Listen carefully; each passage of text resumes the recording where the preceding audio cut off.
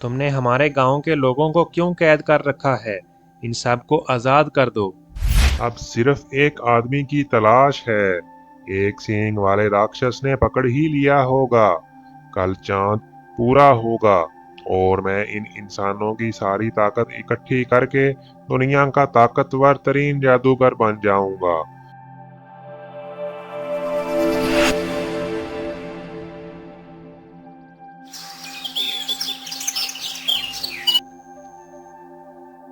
बहुत अरसा पहले एक दूर दराज जंगल में एक जादुई तालाब था, जिसके पानी के बारे में मशहूर था कि जो भी इसमें नहाएगा, इसकी सबसे बड़ी ख्वाहिश पूरी हो जाएगी।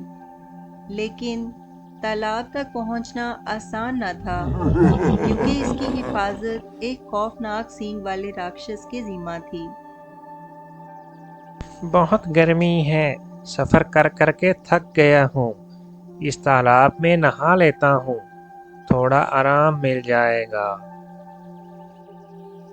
जैसे ही रामलाल नहाने की बात करता है, वहां एक सींग वाला राक्षस आ जाता है। तुम कौन हो और तुमने इस तालाब के पास आने की हिम्मत कैसे की? मेरा नाम रामलाल है और मैं एक सौदागर हूँ। इधर से गुजर रहा था तो सोचा नहा लेता हूँ। ये एक जादुई तालाब है। जो कोई भी इसमें नहाता है, इसकी सबसे बड़ी ख्वाहिश पूरी हो जाती है। तुम्हें मेरे एक सवाल का जवाब देना होगा। वो कौन सी जगह है जहाँ कोई कुछ लिख नहीं सकता और जो लिखा है उसे कोई मिटा नहीं सकता? ऐसी तो कोई जगह नहीं है जहाँ हम कुछ लिख नहीं सकते या कुछ मिटा नहीं सकते। गलत जवाब। ये कहते ही राक्षस रामलाल को गायब कर देता है। अगली सुबह एक औरत पानी भरने के लिए तालाब पर जाती है, तो वो राक्षस वहां आ जाता है। तुम कौन हो और यहाँ क्या करने आई हो? मैं यहाँ से पानी भरने आई हूँ। मुझे थोड़ा पानी भरने दो, फिर मैं चली जाऊंगी। पहले तुम्हें मेरे एक सवाल का जवाब देना होगा।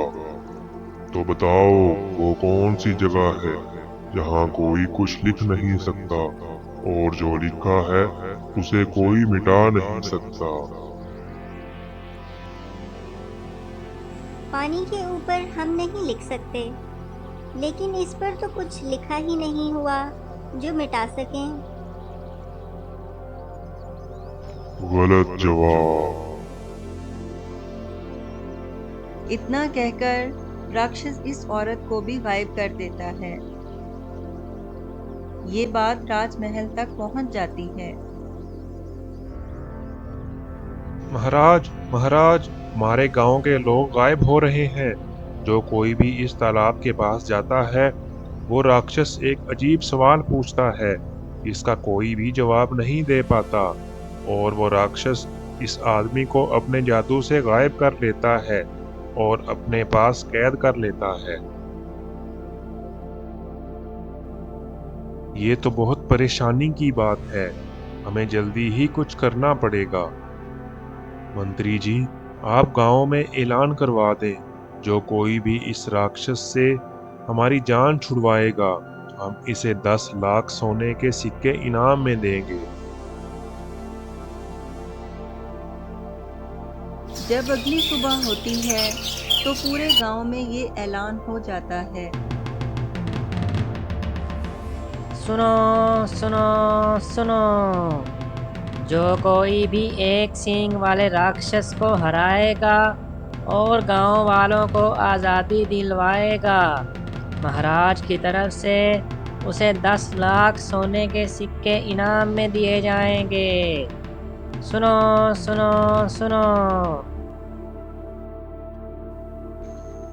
इसी गांव में वीर नामी एक जवान अपनी बीवी के साथ रहता था। जो बहुत गरीब लेकिन बहुत ज़हीन और ईमानदार था। मैं इस राक्षस से मुकाबला करने जाऊंगा। वो जो भी सवाल पूछेगा मैं उसका जवाब दूंगा।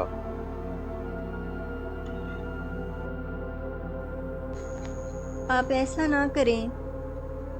सुना है वो राक्षस बहुत खतरनाक है और सवाल का जवाब ना देने पर वो कैद कर लेता है। इस गुर्बत में मर मर के जीने से बेहतर है एक ही बार मर जाऊं। मैं आज ही राजमहल जाकर महाराज की इजाज़त लेकर राक्षस को हराने के लिए निकल जाऊंगा। इतना कहकर वीर राजमहल की तरफ चल पड़ता है।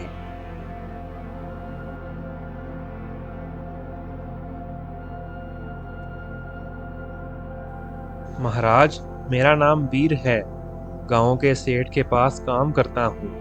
मैं जाऊंगा इस राक्षस को हराने। मुझे इजाज़त दीजिए। इजाज़त है। अगर तुम उस राक्षस को हरा कर आओगे तो हम तुम्हें 10 लाख सोने के सिक्के इनाम में देंगे।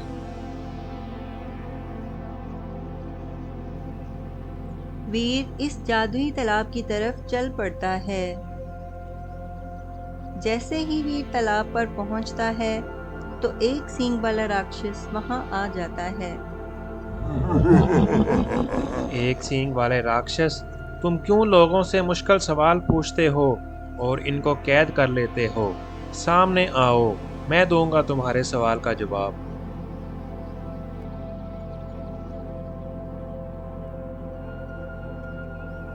तुम्हें तुम्हारे सब सवालों के जवाब मिलेंगे, लेकिन पहले मेरे सवाल का जवाब दो। वो कौन सी जगह है जहाँ कोई कुछ लिख नहीं सकता और जो लिखा है उसे कोई मिटा नहीं सकता? वो जगह है नसीब या किस्मत। जो कुछ नसीब में लिखा है वो हम मिटा नहीं सकते और ना वहाँ कुछ लिख सकते हैं।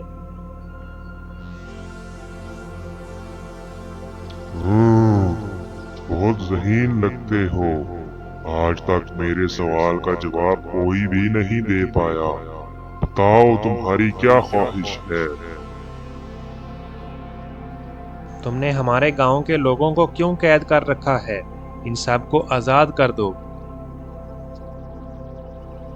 ये सब मैं एक जादूगर के कहने पर कर रहा हूँ। मुझे इस जादूगर ने कैद किया हुआ है और मेरी जान एक पुतले में डाल दी है। वो जादूगर हर चांद की 14वीं तारीख को आता है और तमाम कैद हुए इंसानों को ले जाता है। अब सिर्फ एक आदमी की तलाश है। एक सींग वाले राक्षस ने पकड़ ही लिया होगा। कल चांद पूरा होगा और मैं इन इंसानों की सारी ताकत इकट्ठी करके दुनिया का ताकतवर तरीन जादूगर बन जाऊंगा। फिर मुझे कोई नहीं हरा सकेगा और पूरी दुनिया पर मेरा कब्जा होगा। हा हा हा हा हा।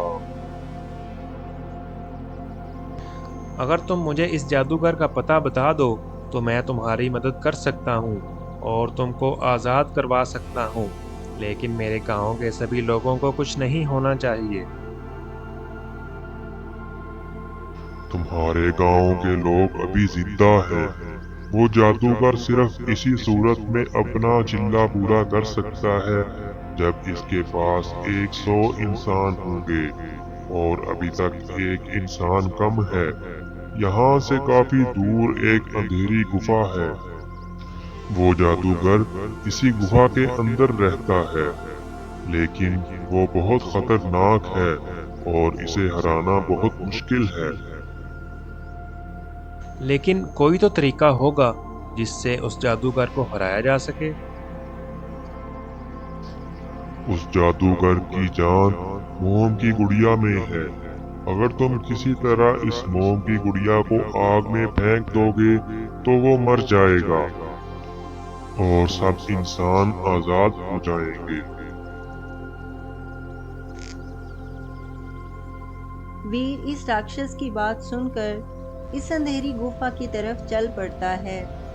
चलते चलते वो इस गुफा तक पहुंच जाता है जिसका इसे राक्षस ने बताया होता है।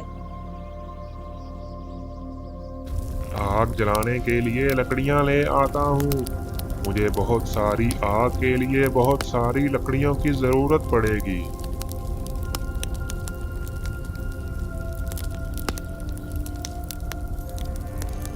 जैसे ही वो जादूगर गुफा से बाहर जाता है तो वीर इस मोम की गुड़िया को आग में फेंक देता है और वो जादूगर वहीं मर जाता है और इस तरह सब इंसान आज़ाद हो जाते हैं। तुम बहुत बहादुर हो। ये काम आज तक कोई भी नहीं कर पाया। आज से ये तालाब तुम लोगों का है।